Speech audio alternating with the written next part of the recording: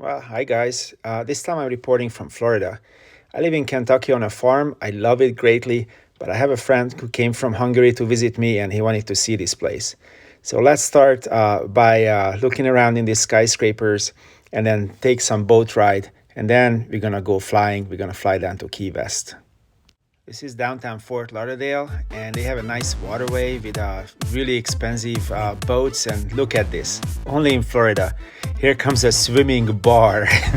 I wish we would be on that one. I probably would have more willpower to do this.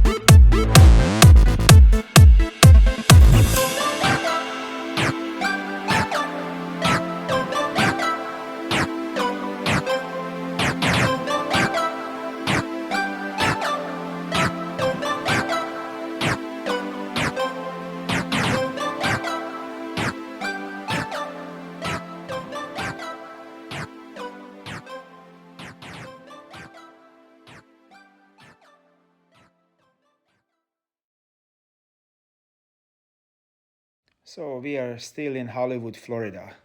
This is a little airport where most people learn how to fly or they have their own little airplanes.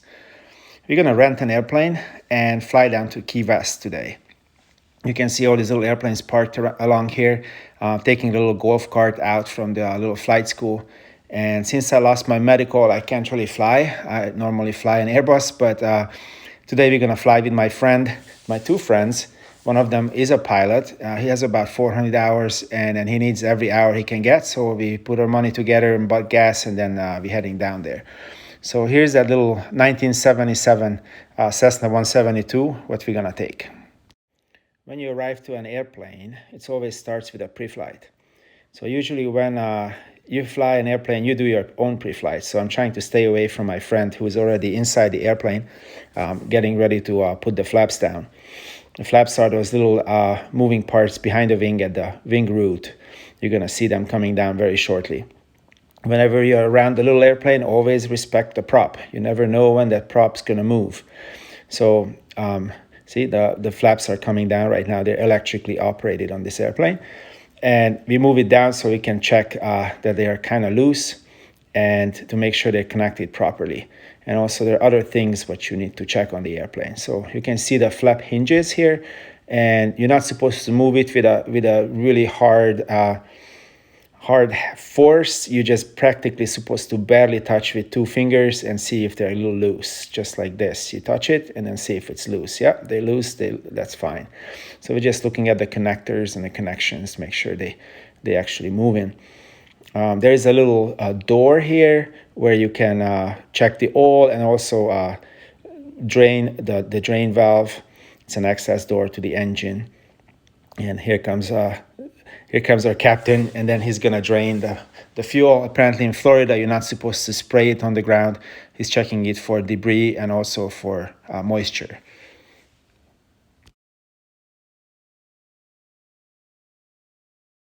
Yeah, right next to the runway, and you can see here comes a practice landing. He has all the flaps down, and now he's flaring and using the ground effect and a nice touchdown. That was a nice landing. So here is our little bird, and then it's time to pile in and start going. You can see our flight plan. We're gonna follow Highway 1. We're gonna pass by Miami, and then we're gonna follow the Keys all the way down south to Key West. So the captain is sitting on the left side. You can see most of the instruments are positioned in front of him. The guy in the blue, Captain Doma. So he's starting the airplane, and once the airplane started, we're gonna put our headsets on because it's quite loud inside an airplane like this. So now that the engine is running, we are warming up the oil, and we're gonna start taxiing out, get a clearance. They actually have a ground control here because it's a really kind of sizable, large airport. It's the Hollywood airport. It's halfway between Fort Lauderdale and Miami. And you can see it's a very nice updated instrument panel. That was the altimeter, what he adjusted for the barometric pressure. You can see the artificial horizon. That's a nice new glass item.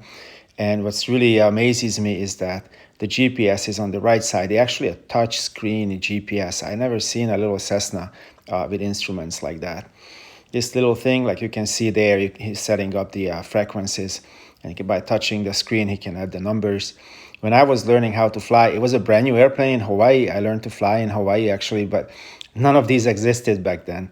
Since then, I was flying an RJ, an Embraer RJ, and then Airbus, and I think this little airplane knows more than that Airbus does. So now we're gonna start taxiing out. I sat in the back on purpose because my friend, we are all from Hungary actually. So my friend on the right seat, he is visiting, and then he really wanted to go fly. And my friend on the left side, he needs time, and I have enough time. I flew enough in my life, and that's also the three guys heading out. But you can see the incredible amount of traffic. Well, that's me. Hi. You see the incredible amount of traffic. They're waiting for takeoff. All these little Cessnas. One just came in. The other one is in front of us. It feels like we are in JFK or some other large airport where I usually fly out of, or Atlanta, but with small planes. So off we go. So we're gonna roll into position, and we're gonna start advancing the throttle. Actually, this airplane has a throttle, not a thrust request lever like my airplane. And then we start looking at the instruments to make sure we have enough oil pressure. The temperature came up. We already did our checks, and then start rolling down the runway.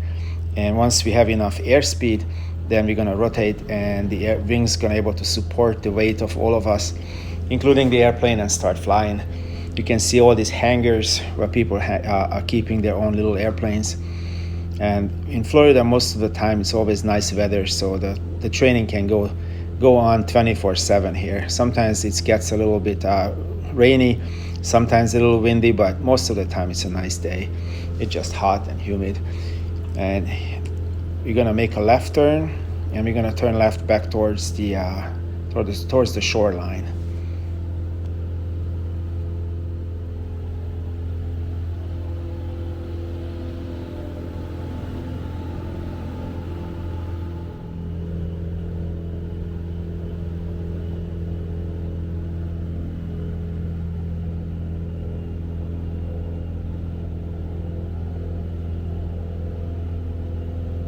See the airport here. It's incredible how big that airport is, even though it's the runways are not all that long, but they have 4 of them, and they positioned like 90 degrees to each other, so you can get ready. You can fly in any kind of wind directions, and the training can go on. You can see all the hangars. Now here's a staple of the Florida housing market, the trailer park. And of course, the best place to put it is the bottom of a very large tower, which is actually quite dangerous right next to an airport, but that's Florida for you. So as we're flying further, you can see I-95 under us, another trailer park with some water, and that's south where we're looking at right now, and that's where really Miami is. So we're gonna go down to the shore, descend down to 500 feet, make a right turn, and follow the shoreline down south. And we're flying right over a nice racetrack, a horse racetrack. You can see all the stables underneath at the bottom of the picture, and it's really nice to see that we actually have one of these. And from here on, you can see all these nice canals, like the water channels. This incredible amount of waterways in Fort Lauderdale and Hollywood and Miami. It's a lot more than Venice in Italy. I just been to Italy not too long ago. I have a video up if you're interested in, but there's nothing like this. This is incredible. And now you can see the shoreline with some really expensive houses. They're block houses, I guess they're apartments. And some of them are retirement houses, but most of them are out for rent. Some are shares, like where people are sharing their houses, so you can actually live there full-time or part-time, or just use it as a holiday vacation spot. The beach is super nice. They have really nice sand. The ocean is warm, and it's just a nice spot to be. Now we're gonna descend down to about 500 feet, so we can see the houses better. We're gonna have to watch out for traffic, but fortunately our airplanes are equipped with a traffic advisory system, so we can see where the other airplanes are, as long as they also have this new ADS-B system on. So we can safely do a sightseeing flight like this.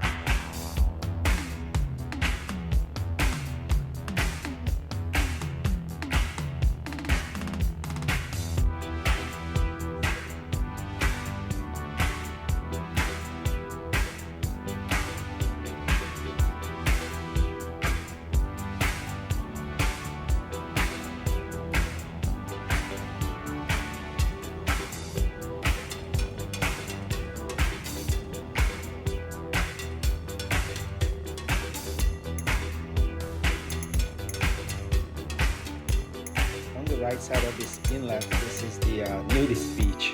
There's nobody there this morning, but this is the Haulover Inlet, and you can see several channels just standing out on this pier on the left side, and then watching as the boats coming and going. Sometimes they have quite a bit of waves built up, so you can see those little dinky boats or very large boats getting rocked around. And then as we continue our journey, you're going to see that place of that building what just collapsed not too long ago. You probably remember that. It was a major tragedy in Miami's life. So now we're entering pretty much South Beach area. Until now, it was the North Beach. So now, as we are getting into the South Beach area, you're gonna able to see that one spot, but unfortunately, it's standing on its own. Looks like a building is missing from it, because that building is missing from it. I'm not totally familiar with why is that building collapsed. Only thing I know, there's a lot of people died there, unfortunately, and they didn't know about it. It just suddenly, randomly, just one of these buildings collapsed. I think it's coming up right now. I'm gonna zoom on it so you can see the place right there as we're passing by. When on a better note, now we're getting towards that traditional South Beach area, which right now you're not gonna be able to see much of it, because usually it's nighttime when it really comes alive, and you can see all the neons and the old cars and all the fun, which I'm not too fond of, but it's nice to look at it once in a while. But you're gonna able to see it here. As you can see, the beach part, and after the beach part, there's gonna be a little bit of a park, and behind the park, that's for all these really nice old buildings from the 50s and 30s there. And in Florida, the way this whole place developed is like around the 50s, people from New York and up north, they start moving down here to retire or just to live here, because they realized how nice the weather is. And then after a while, more people came. Now there are a lot of immigrants. They changed the whole nice little town area. Now it's like a hardcore Miami. I don't know. They totally changed the whole place. You'll be the judge. It's better or worse. I don't like to be here at all. I like Kentucky with the grass and the horses, but it's nice to see it from an airplane. You can see behind there is another waterway, and behind it there are more skyscrapers. And if you haven't seen this movie, I would recommend watch it, because it's totally connected to this place. Unfortunately, you can't talk about Miami without talking about drugs. There was major drug trafficking was going on, and maybe is still going on between the southern states of America and Miami. That's where the boats, airplanes, and all kind of things bringing the drugs in. And there's a lot of money came out of it, and some of the houses here were actually built from that drug money. So if you ever try to come to Miami, to the South Beach, and drive around with a car, with your own car or with a rental car, think about parking. You can't really park anywhere, so you best find a parking garage, and that's the safest, most efficient way to park, and then just walk around. So now we're getting into the real classical South Beach area, and you're gonna able to see some very historical hotels. So if you really want to stay at a nice place where all the action is, you still can find a nice hotel room in one of those hotels. I stayed there once or twice. One time I drove my convertible Mercedes. I have a 1981 convertible Mercedes, which I drove to work, and it's a 107 SL. And I drove it here, and then we did this drive all the way down to the Keys with that car. And then when we left, we actually stayed in one of these hotels right here. So you can see there's no real big skyscrapers here. You can see the little park right after the beach, and there's all these historical buildings. It's really nice to walk around in the neighborhood behind it too. You can see a lot of history and very nicely repaired houses. Just don't come here when it's raining, because then the street's gonna be flooded with sewer. But other than when it's a nice day, it is actually really nice to walk around here. And behind it, you're gonna see an island, sort of. That's where the cruise ships are docking. And you're also gonna able to see the terminal where all the cargo coming and going out of Miami. You can see it now. And then we just basically, this is the southern tip of Miami Beach. And after that, here comes another island. It's interesting that there's no bridge going to that island, but there are a lot of houses on it. So there's a lot of wealthy people just live there, and then they just take the boats back and forth. There was somebody who was calling an Uber from there one day, I heard, and the Uber driver like, okay, so my Uber cannot really swim, so you're gonna have to make it to the mainland somehow because I can't get you otherwise. But that's a really nice living area. Most people just using golf carts there, and it's great. I lived on an island before. It was a little bit larger than this, but not in Miami. So you can see all the concrete jungle behind it. Most of those houses are basically rental properties. Nobody really lives there because they bought one of those houses. Very interesting to me. But in looking back, there is South Beach. And from now on, we say goodbye to Miami and start following these little islands all the way down to the end. So from now on, you can see several secluded beaches and all kind of places, little islands and waterways which you cannot see from a boat, or you cannot really see from driving down to the Keys, only if you fly over it, like this little island here.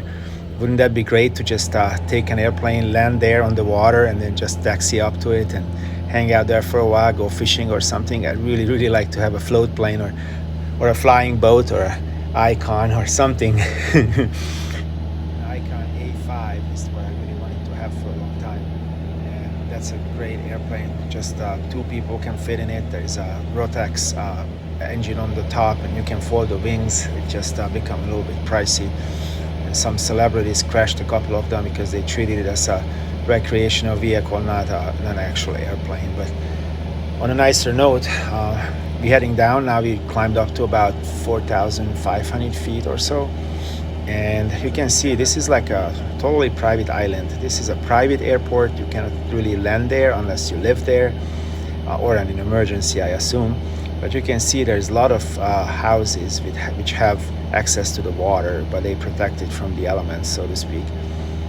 But this is like a dream come true for some. Look at that. They have a golf course, and people just can have their own airplanes, own boats, whatever you decide to have. And it's kind of out of the traffic. It's not on Highway 1. Highway 1 starts a little bit later. Mosquito control is quite a bit of a problem around here. There was a time when I was driving through, and then we stopped overnight, and there's so many mosquitoes came out at the evening. It was not even funny. But they trying to make an effort to control that, and then if that's the case, then it's fine. You can see these really long bridges going between. This is where Highway 1 actually meets with the Keys, and it start heading down south. So when you drive through, you're gonna start driving through these little towns here, and you can see some of these places actually just bought dirt. They trucked it in from somewhere, and they built their own little property on the beach. So they extended the beach, and then they built beachfront property. Because the water is so shallow, you can actually fill it up and then start building stuff on it. Like you can see, this waterway is cut out so that it filled out. Some of this is a trailer park, of course, and then some of them are already filled up with dirt. I don't know how expensive that is to truck in dirt, but apparently you can do anything as long as you have money for it.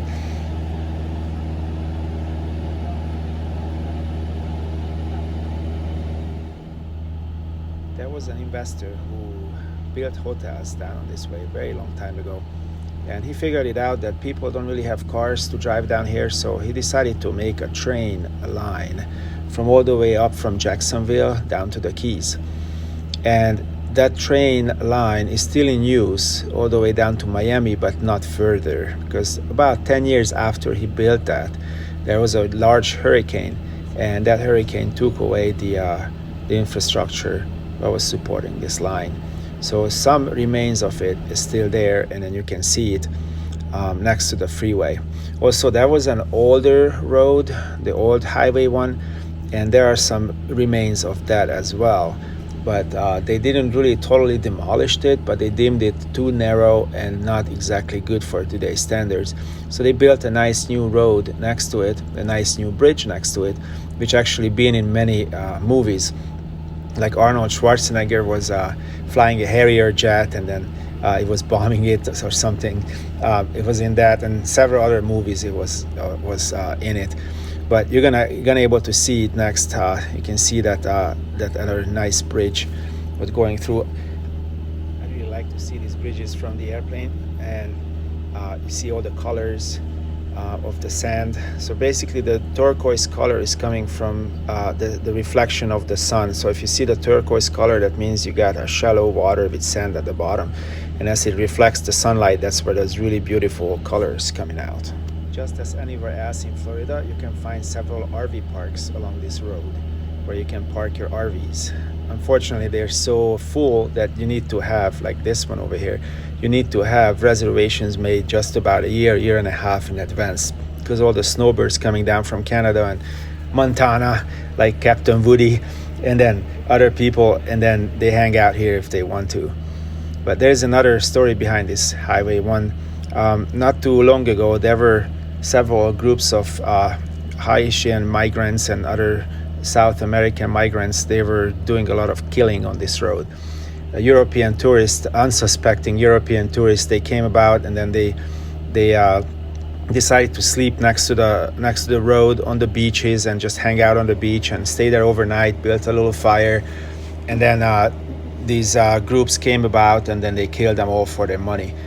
And then it was going in such a great numbers. It was such a great volume of killings that finally the European governments were calling the authorities in Miami, and they are asking them like, hey, do we need to send some commando over to clean this up, or what's going to happen? So finally, there was a lot of effort from law enforcement to capture these gangs and make this whole place safer. I'm not familiar with today's safety ratings or how many accidents do they have in that matter, but when I was there and drove through, I didn't see any evidence of that, but you never know. You can see as we're flying over all these beautiful communities that people made their dreams come true. So if you want to live in Florida, you really want to live next to the water and you have a boat or something, this is the dream place to live, to be. This is the place to be. I mean, look at that. Everybody has access to the water and they can go fishing, have good weather all year long, unless the hurricane comes. When the hurricane comes, the water levels are increasing and everything becomes a flood zone, and you better have a house which built very strongly, so make sure the wind's not going to take it away. You can see all the boats parking, and it's just a total heaven here. Right on this island on the right, there's a really good restaurant where I stopped by. I really enjoyed that. And then now we're getting closer to the 7-mile bridge. This bridge is actually 7 miles long. You can see, there is the restaurant where I stopped by. I really enjoyed that place. You can see there is a older bridge and the train, the remains of that train bridge some places. So you can see the new bridge is on the bottom on the picture. The older bridge is the narrower, which is further up on the screen, and it's been cut at several places so cars cannot really go on it. And people who were building that bridge, they lived on those little islands. Now someone else is living there, or maybe their descendants live there, I don't know. But you can see that little island right there, and then the bridge is going, and suddenly it's cut.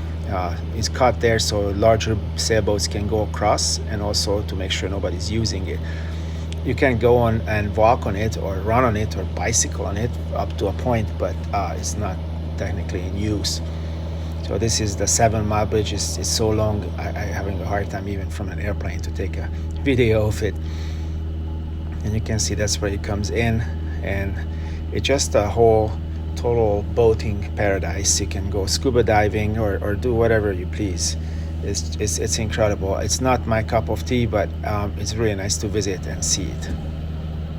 Now you can see the old bridge on the left side that's going kind of sideways, and then Highway 1 is still the one on the right side, and that's where most of the traffic is going. So if you can imagine, there's no, pretty much other than the boat industry and the tourist industry, there is no food over here other than the fish. So you gotta actually have water, electricity, and food brought in so people can live here. Therefore it's more expensive to buy gas here and more expensive to buy food here. But you can see that if there are dreams, then you'll be able to accomplish accomplish them. You can see the Cessna's updated instrument panel again. If you're a pilot, you probably appreciate all those new instruments, what they put in between we call it the steam gauges, because they round just like in the steam-powered boats. So these are really a mixture of the new and the old. And then now we're getting ready to land. This is Key West ahead of us. This is like the whole island you can see from left to right to up to bottom. That's it. And then there is the runway ahead of us. If you see it, it's like a white line with a black mark in the middle. And you can see the prop as it's passing in front of the camera. So we're gonna go and land soon.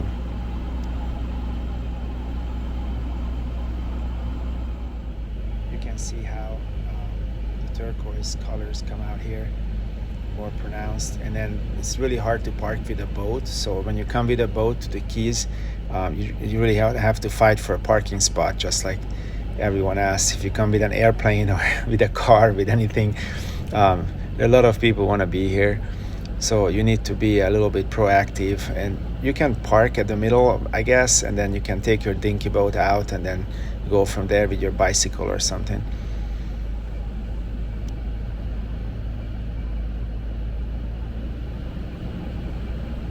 This is a part of the world what most people forget who live up north, and just see all the grayness and go to work and just don't see the sun for months at a time.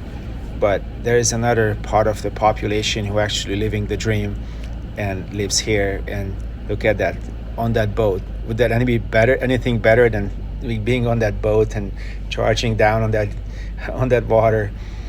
So now here comes the landing. My friend is already preparing his camera, and you can see the terminal is to the left. You can see the threshold and all that black stuff on the ground, on the surfaces from all the tires, what the other airplanes left behind when they touched down. And then Captain Duma did a really nice landing here, and then we're gonna taxi out. And when we taxi out, we're gonna see a lot of airplanes. So many other people had the same idea to come here with an airplane, which, by the way, it was a lot cheaper for us than driving a car. When I drove my Mercedes, it was I had to buy a hotel, add the gas to it, and all these snacks what we were eating. It became a lot cheaper just for three of us just to rent an airplane and come down with that instead of driving. If you have a really fuel efficient car, it might be a different case, but my car does maybe like 18 miles to a gallon. It has a 6-cylinder engine in it, but nonetheless, we're here. Look at all these nice airplanes. This is a helicopter, just landed on that helipad. How exact you have to be to land on a helipad like this. And then there is some little island hoppers and single engine airplane, multi-engine airplanes, everything money can buy and you can imagine is here. And then the very end, you're gonna see a very old airplane. It's called a tail dragger. The rear wheel is behind the tail. That's made to land on grass fields or pretty much any conditions. That's how the past looks like. And then we're gonna look to the left and you're gonna see a float plane taxiing by. Those floats actually have wheels coming out of it, and they're landing in the ocean with that. It's a real island hopper. Here it comes. It's got a turboprop engine on the front, and you can see the little wheels sticking out from the bottom. I just totally fascinated with that thing. So now we got down to Key West. It's a very interesting little airport. I just seen an Airbus taking off from Allegiant. So we're gonna go walk around and then find a nice key lime pie here. We are starting our visit with the most southern point of the continental United States. It's advertising that it's only 90 miles to Cuba, and apparently that's like a thing to do here because people are lining up in great numbers.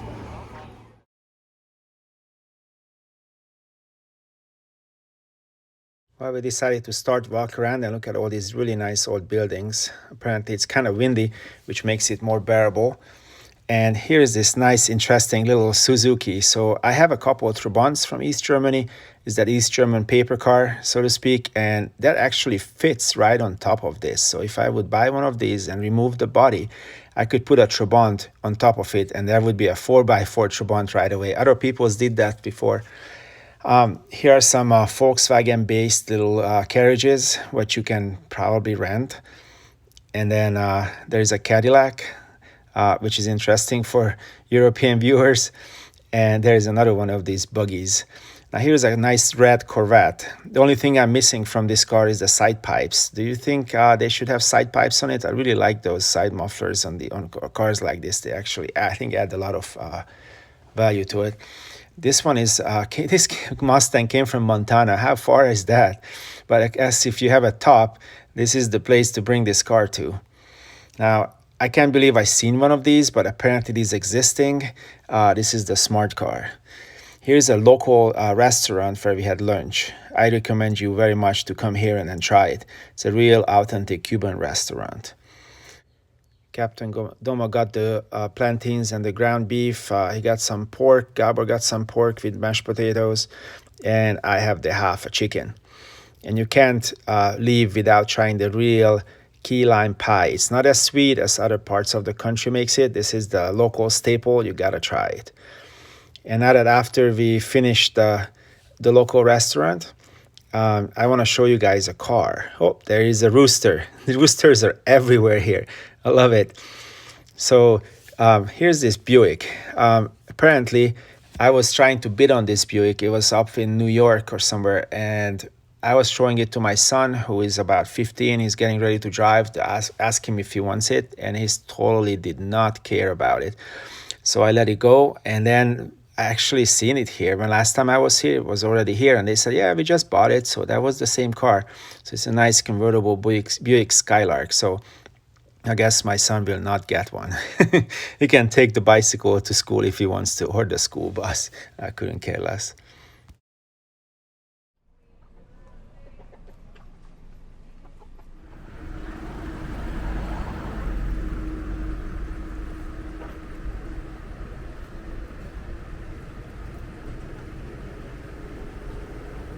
So we came down to the beach, down at the deepest, southwest point of the United States, and it looks pretty nice.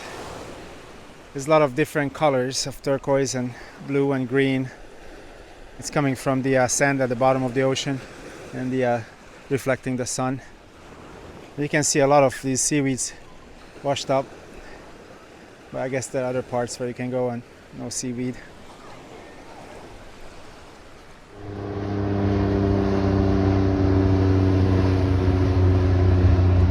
A very interesting tree for me. I've seen that in the Pacific, on Saipan specifically. And this is the tree what has the roots in the air, and as soon as it touches the ground, it will dig itself in, and then it's going to be really super wide, and you can't, just really hard to get rid of it. So in case you haven't seen it before, this is how real sponges look like. These are not made out of plastic. This is how real sponges look like.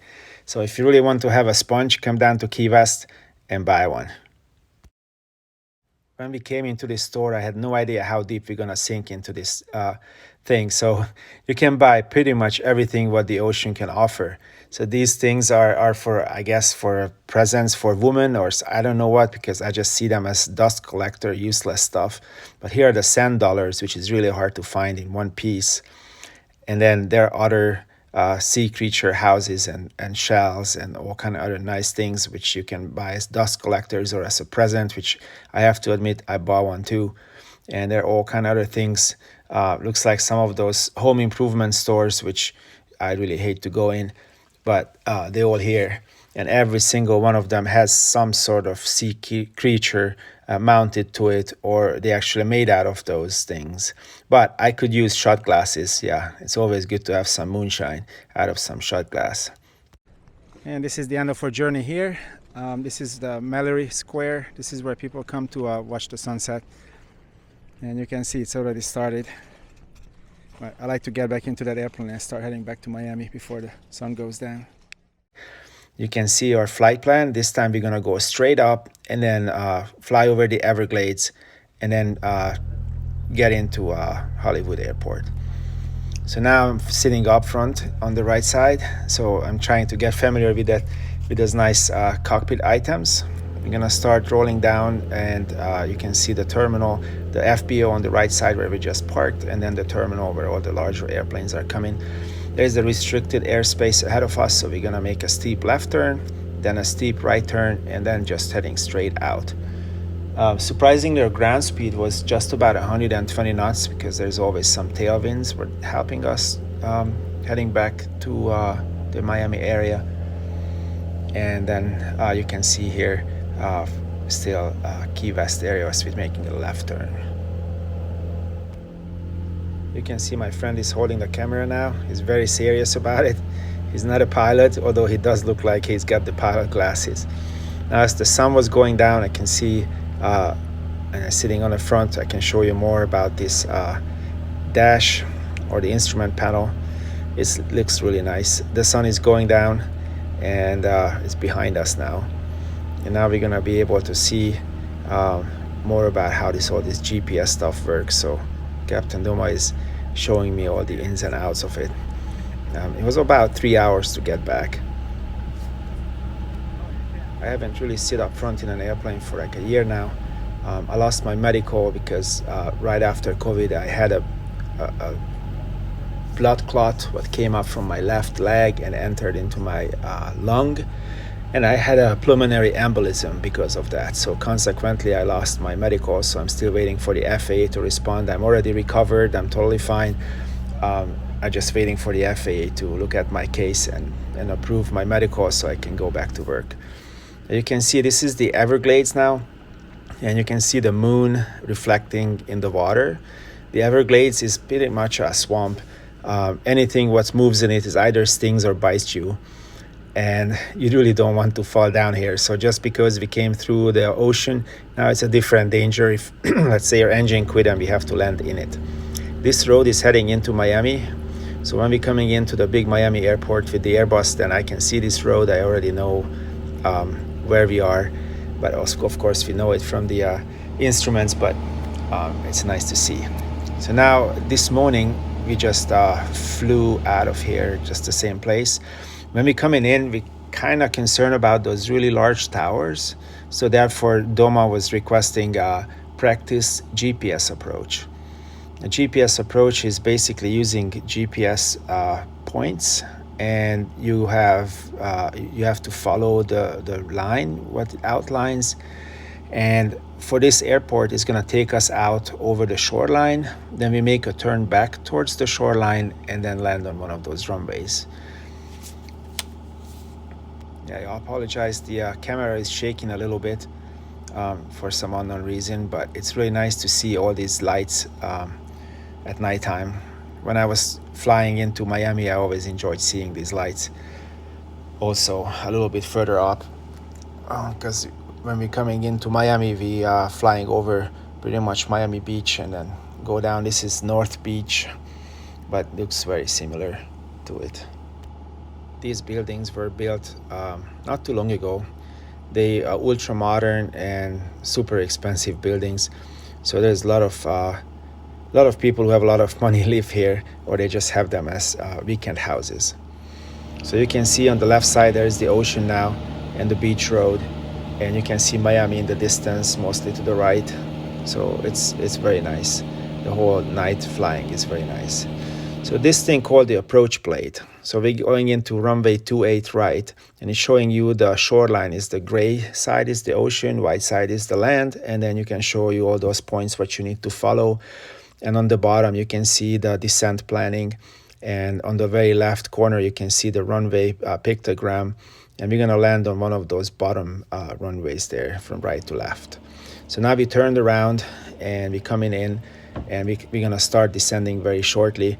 Again, we're going to fly over the shoreline. You can see the inner waterway, and you can see that really narrow strip where all these really nice buildings are built. And then, of course, the beach is on the right, which you can't see now because it's really dark. And as we're coming closer, night flying is a serious thing to do. You never really see all the obstacles or mountains. You really need to know where you are, how fast you are, and what you're doing. So you can see those tiny little flashing lights ahead. Those are the runway and identification lights. and they're showing us where the runway starts. So we're aiming for those now, although we are still practically on a practice approach. They sidestepped us to another runway, to the parallel runway, so we terminated the practice approach, and then they told us we are clear to land. So again, flying at nighttime is a very different thing than daytime. I had a lot of flight time in night. I was flying between Saipan and Tinian. Those are islands in the Pacific, and I flew a little Cherokee 6 mostly at night. So yeah, I had a lot of eye-opening experience, especially in bad weather at night, talking about bad stuff. But today there is no bad weather, and Captain Doma is doing a great job putting this airplane on the runway. You're gonna hear the stall warning horn just as we're touching down, and in a small airplane, that's how it really should be. So you can see the displaced threshold. There is the 2.8 left, which corresponds to the magnetic heading of the runway. You can see the white lines are the center lines, and the yellow ones are the lead-off lines, what leads you off to a taxiway. Not everybody's a pilot who's watching this video, or I have a lot of friends who might watch this video, so that's really basic stuff for you guys. I apologize for that, but I have a lot of viewers who are actually watching this and they haven't flown in an airplane before, up front at least. So now we're gonna take this lead off to the left, and then well, if Captain Duma would follow the center line, I would really appreciate it, but like I said, he has 400 hours and he has not been hit in the head with a USA Today enough yet. So here comes the next obstacle. We need to cross an active runway. In order to cross an active runway, we need to have a clearance from the tower, which we got. You can see the flashing lights that be careful, there is a runway, here it comes, and the runway goes from right to left or left to right, and we just crossed it. Here's the other side of it. And then now we're gonna taxi out and secure and park and secure the airplane. We made it back to the airport in one piece. It's a very nice airplane, very nice instruments on it. My friend did a great job doing a GPS approach coming in. So thank you for watching this, and see you guys next Friday.